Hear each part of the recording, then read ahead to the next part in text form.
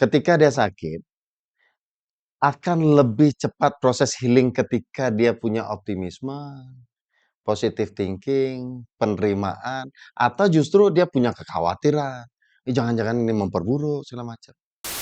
Gimana caranya,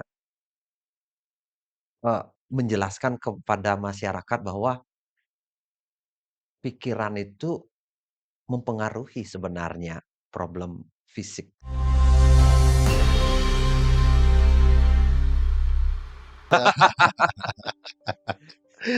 Pokoknya bukan, itu sebelah. Di sebelah di sebelah.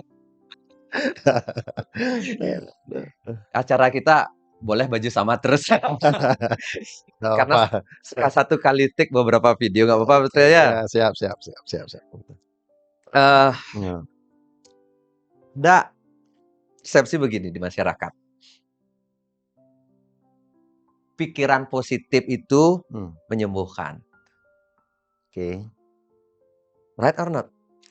Pikiran positif itu menyembuhkan. Ya, maksudnya kita positive thinking lah. Supaya kita hidup kita lebih baik, lebih cepat sembuh dan sebagainya.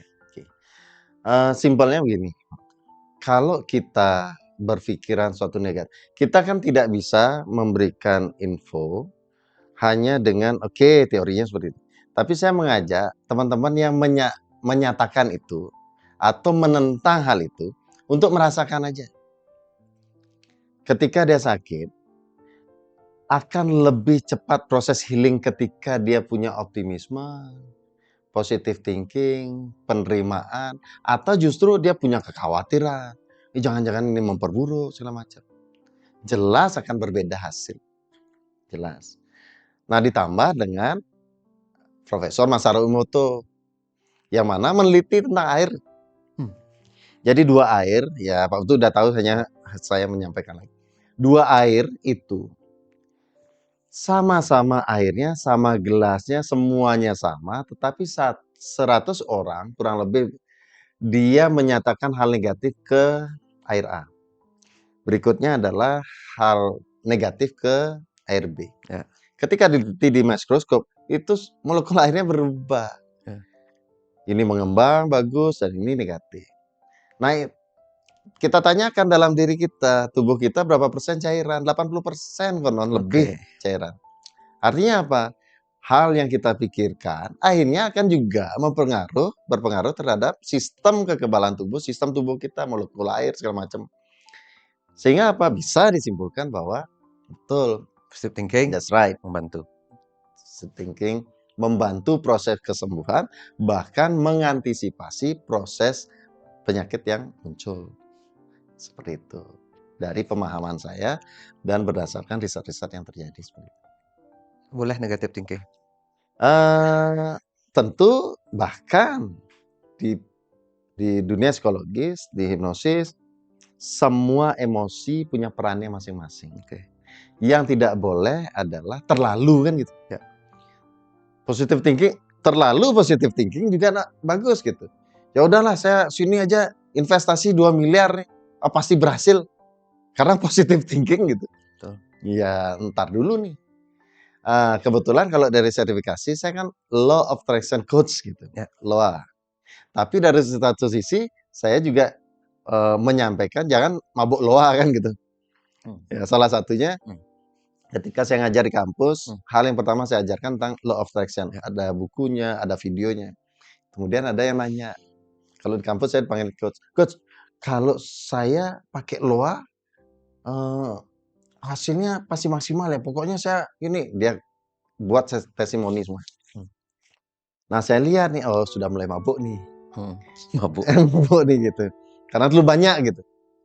Saya bilang, coba deh kamu pakai LOA. Kamu diam lah. Kebetulan kampus saya dekat di Gatsu Barat sana. Kan rame itu. Cobalah kamu berdiri di Gatsu. Motor bolak-balik. Kamu afirmasikan. Bayangkan, rasakan itu sudah terjadi. Kamu nyebrang aman dengan tutup mata. Setelah kamu sangat yakin, nyebranglah kamu tutup mata. Apa yang terjadi? Ya tentu kan kecelakaan. Karena lalu lintas sedang padatnya. Jadi positive thinking saja nggak cukup, diperlukan negative thinking dalam bentuk kewaspadaan, sehingga Oke. kita lebih, oke gimana nih situasi memungkinkan nggak kita positif seperti itu. Jadi semua emosi pada kadarnya kita butuhkan dalam diri. Itu. Awalnya gini, saya Ya, bertanya tentang tema ini oke menarik, oke. Ustaz. Gimana? Ada sebuah mekanisme yang tidak bisa kita atur dengan positif atau negative thinking kan. Ya, ya. Saya seringan naik pesawat itu negative thinking, tapi pesawatnya nggak jatuh-jatuh Pak Surya. Oke. Karena pilotnya ternyata aturan penerbangan itu sudah mengikuti hukum-hukum yang jelas.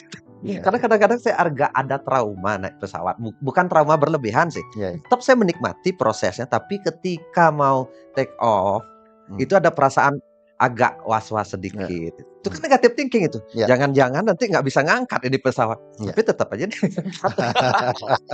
Kalau nggak gitu kita nggak bisa ngobrol gini, Pak.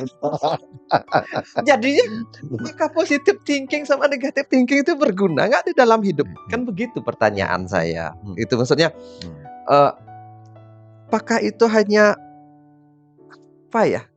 placebo?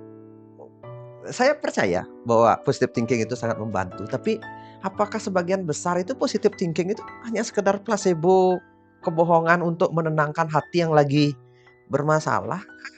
Atau memang ada reaksi di dalam tubuh terjadi seperti Nasuru Emoto tadi itu lumayan, ya saya sebagai penanya lumayan bertanya-tanya. Mungkin ini pertanyaan masyarakat umum Pak Surya, bertanya-tanya. Karena begini, saya lanjut aja. Ketika saya sakit, respon pertama saya itu adalah was-was. Was-was, bertanya-tanya. Saya kenapa? Kok saya bisa begini ya? Kenapa saya begini ya? Apakah salah saya? Di mana sumber problem saya gitu. Nah, saya tidak pernah melawan itu. Nggak pernah saya lawan itu negative thinking. Kenapa saya begini itu. Saya berusaha menggali sebenarnya. Sampai akhirnya ketemu. Oh, sudah tahu istilahnya problemnya. Oh iya gitu, ketemu. Karena saya misalnya kebanyakan makan pedas gitu. Anggaplah itu, kebanyakan makan pedas sehingga saya terganggu pencernaannya. Nah, di tahap itu saya baru fokus di penyelesaian. Nah, proses penyelesaian inilah saya mulai berpositif ini. Saya harus merawat lambung saya lebih baik, saya lebih sehat gitu. Ada proses ternyata yin yang atau kombinasi positif dan negatif ini ketika terkelola dengan benar itu hasilnya bagus. Saya mengalami kesembuhan yang benar-benar optimal saya rasakan. Ya. Ada yang belum selesai sudah berhenti, Pak. Selesai bagaimana? Jadi tahapannya adalah ketika dia mengalami sesuatu, diperlukanlah negative thinking dulu kan gitu. Iya. Diperlukan negative thinking untuk apa? Untuk mencari solusi, entah penyembuhannya, entah bagaimana penanggulangannya ataupun preventifnya, pencegahannya. Contoh, misalnya, sakit perut nih, baru gejala sakit perut aja. Perlu dong negative thinking. Ya. Wih, nanti kalau saya biarin nih perut saya bisa begini nih. Oke. Jangan-jangan begini nih. Ya, kan negative thinking nih. Ya. Tapi orang hanya berhenti di sana aja. Terus-terusan negatif. Terus-terusan. Jangan-jangan ada where ada jangan bah gitu. Amalia. Nah, itu kan memperburuk Pak Putu. Gitu. Kalau hanya di stop di sana, tentu akan memperburuk baik perasaan nantinya, tubuh kan merespon berbeda. Tapi ketika itu dilanjut kayak Pak Putu nih, negative thinking, mencari solusinya. Itu siapa yang lakukan? Kenapa ya bisa sakit perut nih? Ya. Kenapa? Kesadaran muncul nih. Dapatlah solusi. Dapatlah juga pencegahan. Supaya enggak seperti ini, saya enggak mau loh kayak gini. Dalam diri dialog gitu. Oh, besok-besok saya enggak makan ini. Nah, jangan stop di hanya negative thinking aja. Ya. Tetapi juga gunakan itu untuk introspeksi dan evaluasi. Jadi kadang gini, kalau enggak negative thinking, dia juga enggak jalan Pak tuh. Misal sakit perut nih, udahlah positive thinking aja gitu. Jangan-jangan sesuatu yang perlu teratasi. Tapi karena dia terlalu positif, dia abaikan dan akhirnya memperburuk. Ya. Gitu. Jadi negative thinking tetap punya ini, tapi ditambah step berikutnya. Oke. Gitu Pak tuh. Ini ya. Menarik ini, ada pertanyaan Pak Surya. Ya. Ini pengalaman pribadi sih. Ya. Saya punya pasien, Mas, ya. Hmm.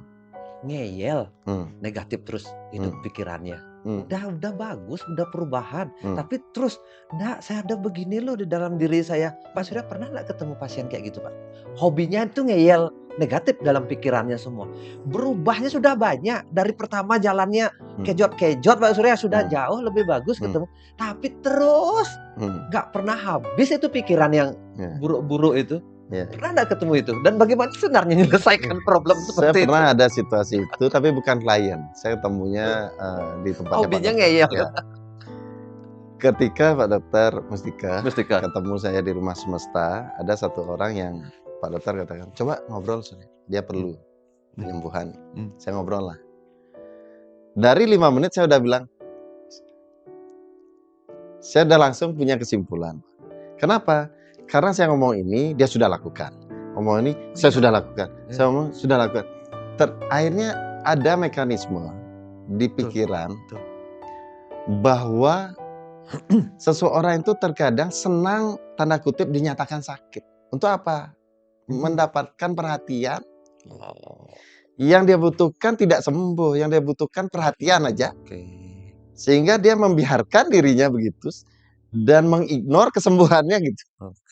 Dia bahkan sudah sembuh tapi nyatakan diri belum sembuh. Ya apa? Supaya dapat perhatian. Iya. Nah, ketika orang kan kita base yang kita kasih adalah berdasarkan apa yang dia butuhkan gitu. Betul. Orang haus kasihnya minum, orang lapar kasih ini. Orang butuh perhatian, enggak perlu obat, enggak perlu apa, kasihnya perhatian gitu. Cukup segitu aja. Karena kebutuhannya bukan sembuh gitu. Butuhnya perhatian. Ya saya pikir-pikir ya saya temenin aja karena dia bayar ketemu saya. Pas. Dan tanda kutip saya sebutnya itu apa Pak Putu? Shopping dokter. Dokter ini, oh saya saudaranya, saya sudah sini shopping aja, nggak apa-apa. Dia belanja coba ini gitu lah. Biarin aja gitu. Karena memang seperti itu adanya mekanis. Dia hanya butuh perhatian.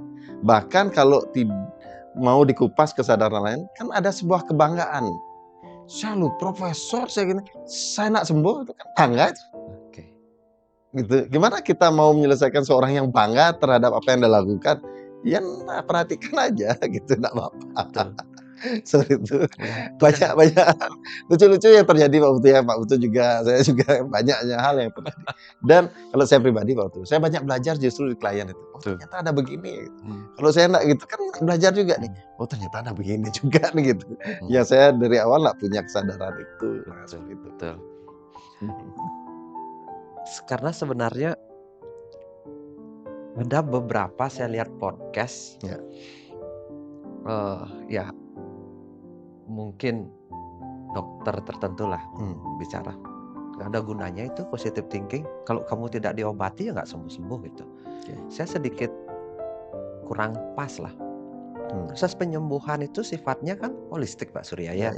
Fisiknya perlu diolah mungkin. Kalau dia butuh operasi ya dioperasi gitu kan.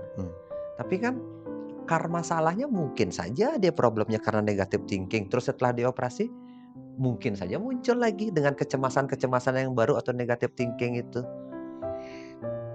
Tidak bisa serta-merta sembuh itu hanya melakukan tindakan medis. Harus ada sebuah kesadaran di dalam dirinya untuk sembuh. Yaitu mulai berpikir yang baik gitu loh. Sehingga dengan berpikir yang baik dia mencari tahu sesuatu yang baik dalam hidupnya itu. Keluhan saja kan ya magnet aja. Kutub yang sama saling tarik menarik ya kan. Kutub yang tidak sama saling tolak menolak itu kan sama. Pikiran yang baik kan bisa mendatangkan energi yang baik, orang-orang yang baik di sekitar kita. Istilahnya toksiknya itu agak berkurang gitu. Nah, gimana caranya menjelaskan kepada masyarakat bahwa pikiran itu mempengaruhi sebenarnya problem fisik Pak Surya. Karena kan itu kayak tadi salah satu aja orang yang berpengetahuan saja menjelaskan bahwa ya nggak ada gunanya. Kalau kamu nggak berobat ya nggak sembuh-sembuh pasti. Walaupun hanya sekedar berdoa dan berpikir positif gitu misalnya. Orang semereka aja kadang-kadang berpikirnya seperti itu Pak Surya. Apalagi orang awam yang sulit mungkin dijelaskan. Padahal bagi saya kita sudut pandangnya adalah semuanya benar karena pikiran pun sangat membantu proses penyembuhan. Ya, jadi, proses, penyembuhan ataupun metode kan bergerak dinamis waktu itu. Contoh misalnya, zaman dulu anak panas gitu kan dibuka bajunya, Demam. demam Oke. gitu, demam. Kemudian pemahaman baru, Hmm. anak demam diselimutin dia. Hmm. Itu pernah itu, kalau saya pernah mengalami itu. Step anaknya. Nah, dulu itu ada fase, sekarang beda lagi gitu. Jadi dulu saya diajak, "Pak, ngapain nggak pakai jaket? Pakein jaket." Kan gitu tuh artinya dilindungi. Sekarang beda gitu. Artinya apa? Kembali dinamis. Ya. Dulu udah kita metodenya adalah semua tradisional timur. Muncullah medis barat. Entah itu mendominasi atau apa, muncul ini. Kok ini salah ini. Sekarang apa? Mulailah ada juga keseimbangan gitu. Nah, sekarang lah sebetulnya mulai ke arah keseimbangan yang kita sebut penyembuhan holistik. Ya. Nah, di sanalah holistik itu terjadi. Jadi kita juga melihat dari banyak sisi gitu. Misalnya dalam proses penyembuhan memerlukan bedah modern, ya masa kita harus tidak melakukan itu gitu misalnya. Tulang gitu misalnya. Yang harus diimplan tulangnya gitu. Ya, enggak apa-apa gitu. Nah, tetapi yang menjadikan satu permasalahan adalah balik lagi tidak mampu holistik itu tadi gitu. Apa-apa dikit-dikit kayak tadi itu. Sakit yang pertama dipikirkan bukan kenapa saya sakit, apa sebaiknya dan penyebabnya, tapi obat apa yang seharusnya saya minum, kan itu tadi. Gitu. Pak Utu selalu menyatakan seperti itu. Hal yang pertama orang pertanyakan dalam pikirannya ketika sakit adalah obat apa yang cocok saya minum, kan? Ya. Artinya orientasinya adalah obat. Padahal kita paham bahwa tidak semua itu memerlukan obat. Siapa tahu dia hanya butuh grondeng, hanya baluran, misalnya pakai minyak farah, baluran saja sudah menyembuhkan. Ya seperti itu adanya. Nah, di sanalah menurut yang holistik itu menjadikan satu pemahaman dan nanti kedepannya menjadi gaya hidup. Oke. Gaya hidup. Sudah itu. Cukup segitu. Kalau ada pertanyaan teman-teman nanti bisa di kolom komentar. Tapi gini, Pak Utu, balik lagi. Saya tertarik juga dengan. Oke, saya tarik jadi omongannya, lanjut. Karena kita santai-santai aja, Pak Utu, ya. Kalau mau ada lagi ya lanjut. Kalau sudah selesai kan gitu. Tapi gini, Pak Utu, tadi kan belum dibahas tentang bagaimana tadi pikiran, tubuh kan gitu. Oke. Belum dibahas tentang makanan nih. Ya.